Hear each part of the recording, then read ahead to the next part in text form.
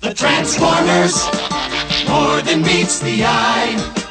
Autobots wage their battle to destroy the evil forces of the Decepticons. The Transformers, more than meets the eye.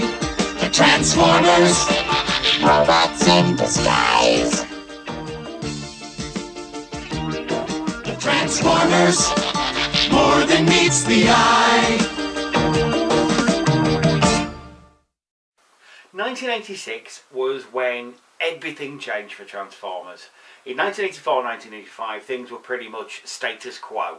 You had Optimus Prime in one corner, you had Megatron in one corner, behind them you had their armies who didn't really get topped up occasionally. Often you would see someone pop up and say, "Hi, my name's Warpath," or "My name's Perceptor. I've been here all along, did you not notice me?" But otherwise things would stay pretty much the same for the next 2 years. 1986, the forces of marketing would prove more devastating to the Autobots than the Decepticons ever could be. Basically, Hasbro decided that the 1984-1985 standard issue Transformers were old hat and therefore needed to be gotten rid of. So they worked upon a great big massive cull that would completely deplete both sides and then completely replenish them on the space of about 80 minutes. You and I know that as Transformers the movie. Now, what Hasbro didn't intend was for kids to lose their shit, basically.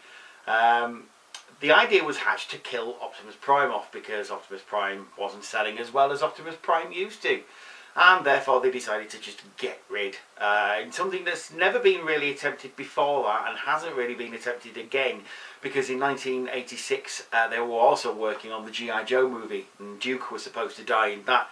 In the end they pussied out because Optimus Prime's death was too harrowing for kids.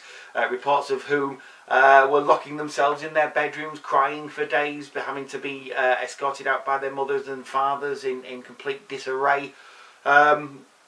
I mean, really, it was a publiciser's dream, you know.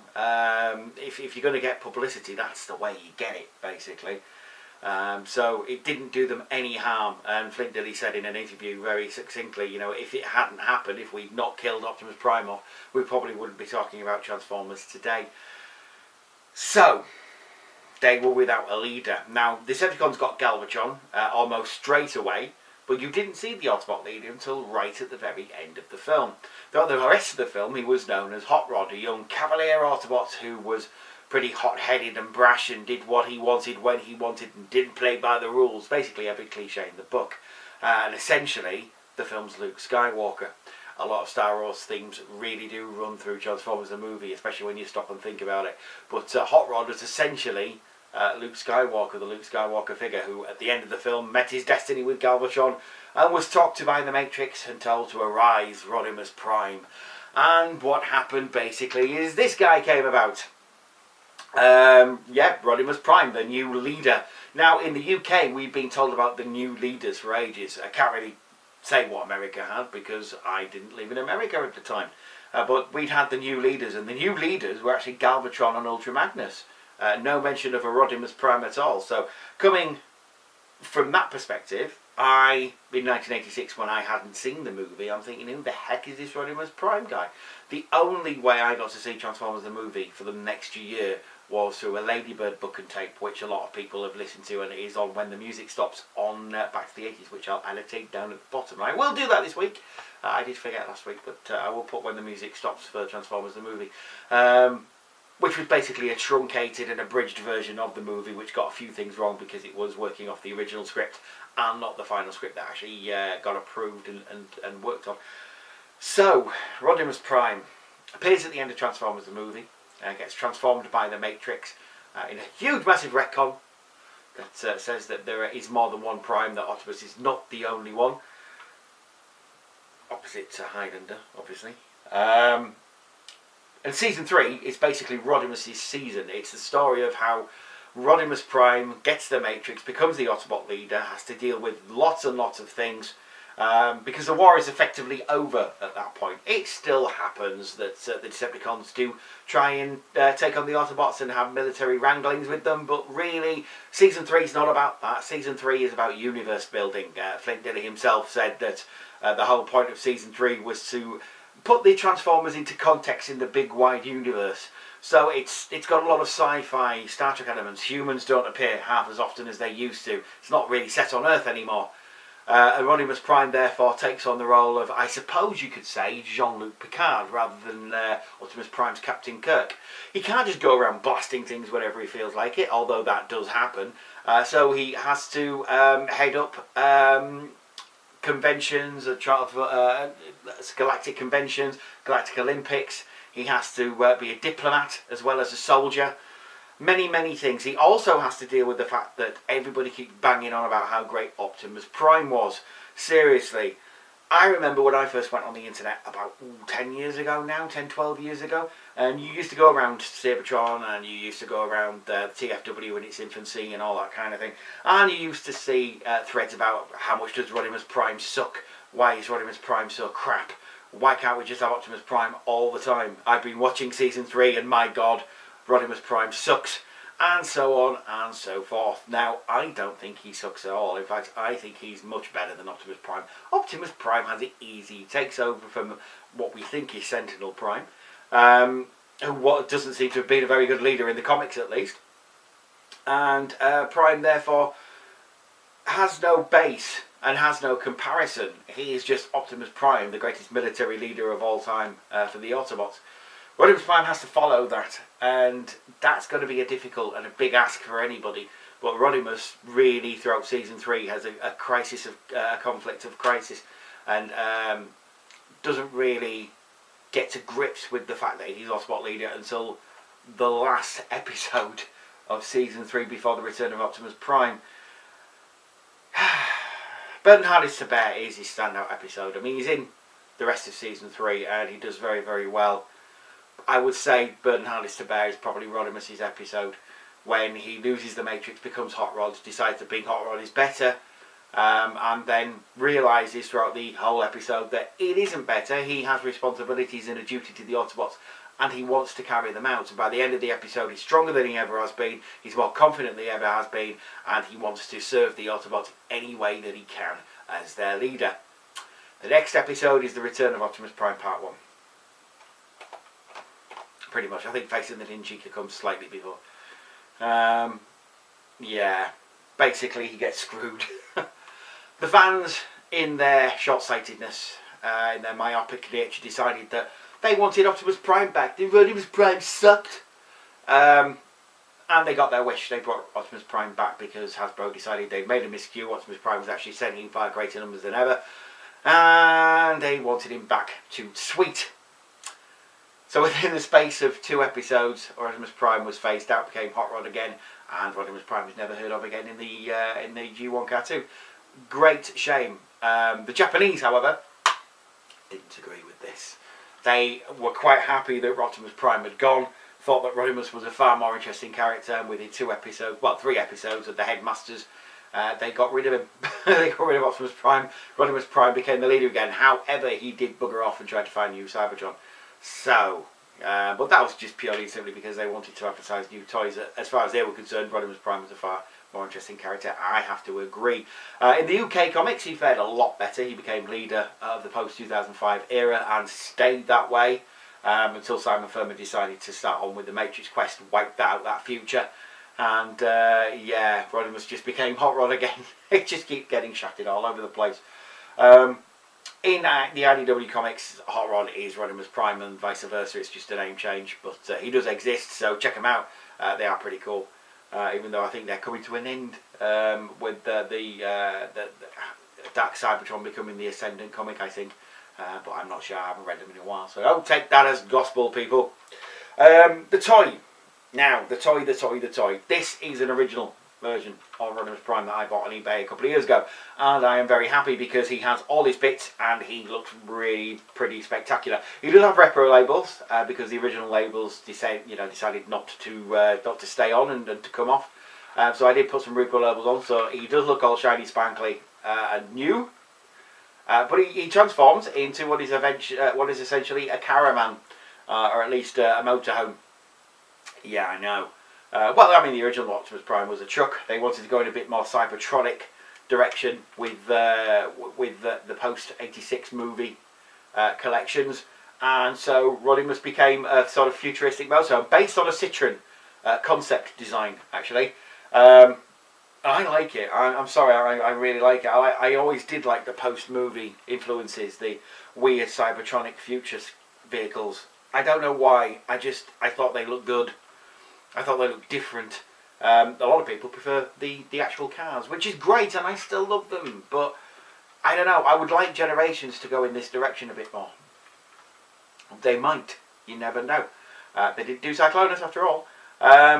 So yeah, he's a Cybertronic motorhome. Yeah, with no offensive capability, but he's an Autobot, so he wouldn't. But it looks really, really cool. I love the flames up the side. I love the fact that he is quite compact. You can see the robot basically lying down into a big block on the bottom, but we'll forgive it because it's G1.